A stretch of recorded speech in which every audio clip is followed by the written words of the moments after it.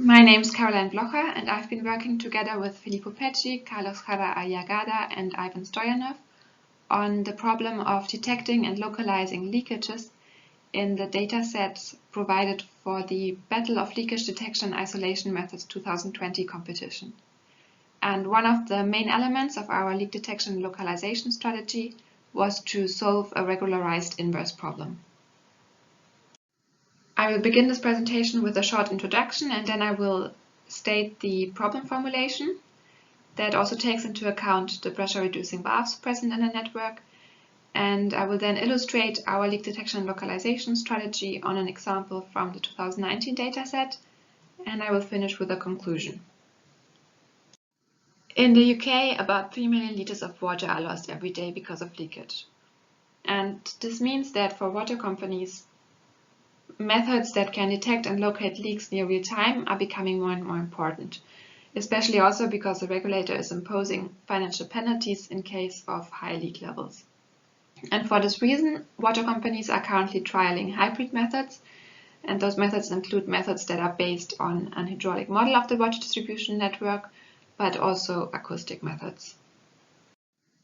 For this competition, we are considering an hydraulic model-based method, and there are two main challenges for these kind of methods. The first one is uncertainty, because the friction loss coefficients and the customer demands in the network are not known exactly. And the second challenge is that we usually have only a small number of pressure and flow measurements in the network in comparison to the number of possible leak locations. And this results in the leak localization problem having a non-unique solution. To solve this ill-posed leak localization problem and to estimate the unknown leak parameters, we've proposed a regularized least squares problem formulation. And for details of this problem formulation, I would like to refer you to this publication below, where we have investigated this method considering no uncertainty. And for this competition, we are now investigating this method under uncertainty on the benchmarking datasets provided. Because of the presence of the pressure-reducing valves in the network, we've had to slightly adapt our original problem formulation. So this problem is formulated as a non-convex constraint optimization problem that can be solved using the solver IPOpt.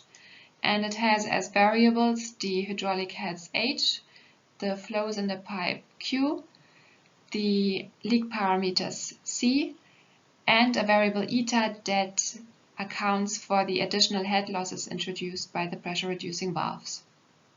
As constraints, we have the mass conservation law, which holds at each junction in the network and at each time step t, and which includes a pressure-driven model for the leak flow.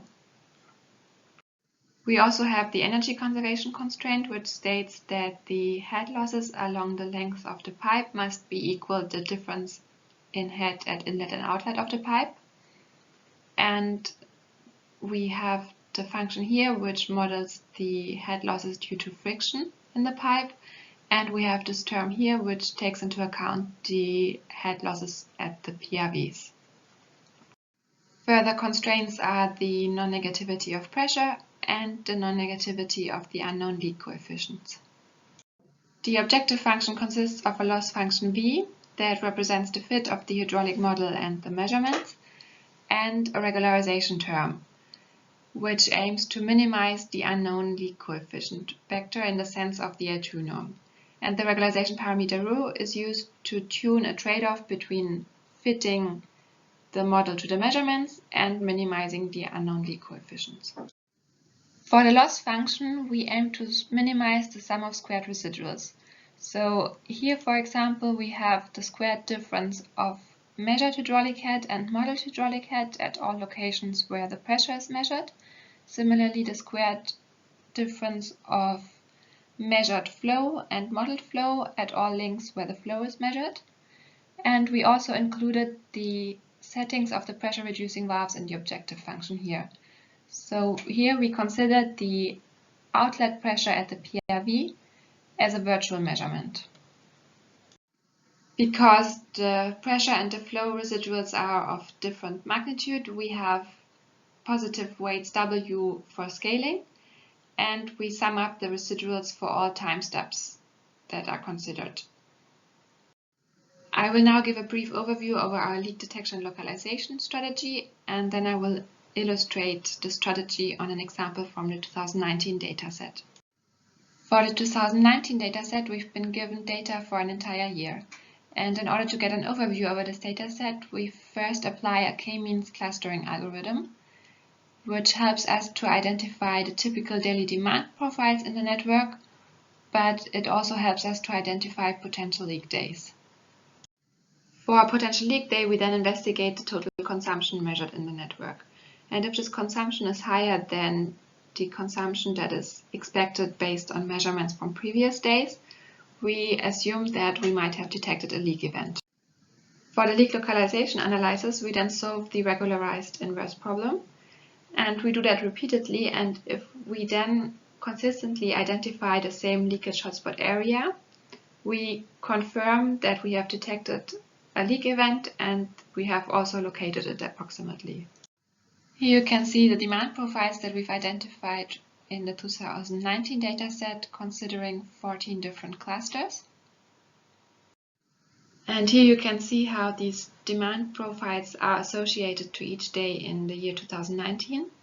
And you can clearly see that the k-means algorithm distinguishes between weekend and weekdays, but there are also changes in profile that cannot be explained necessarily by seasonal or weekday changes, such as, for example, the change from 15th to 16th of January.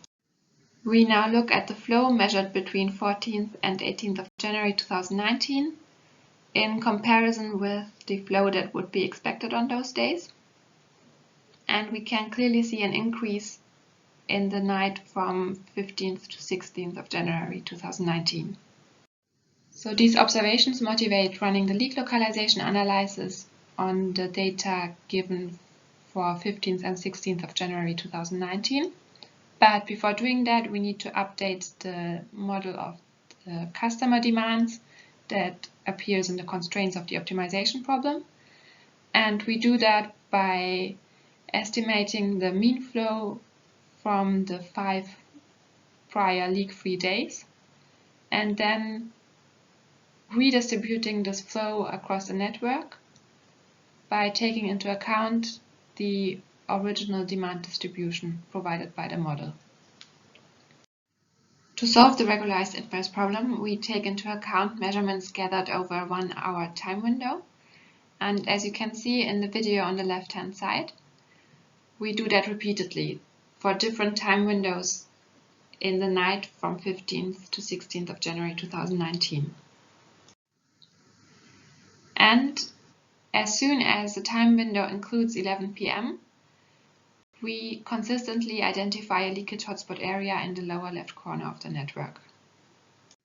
In summary, the method is able to identify leakage hotspot areas even in the presence of uncertainty. And from that leakage hotspot area, we've then extracted, for the purpose of this competition, a single candidate pipe. The method is also able to locate leaks that occur simultaneously, and we've therefore identified 9 possible leak events in the area AB of the network and 1 further possible leak event in area C. Because the method is based on an hydraulic model, it will strongly depend on the accuracy of this hydraulic model. So, especially in the case of small or gradually increasing leaks, a high level of uncertainty will affect the success of the method significantly. I would like to thank the IPSRC and ClayValve for supporting this research, and thank you for your attention.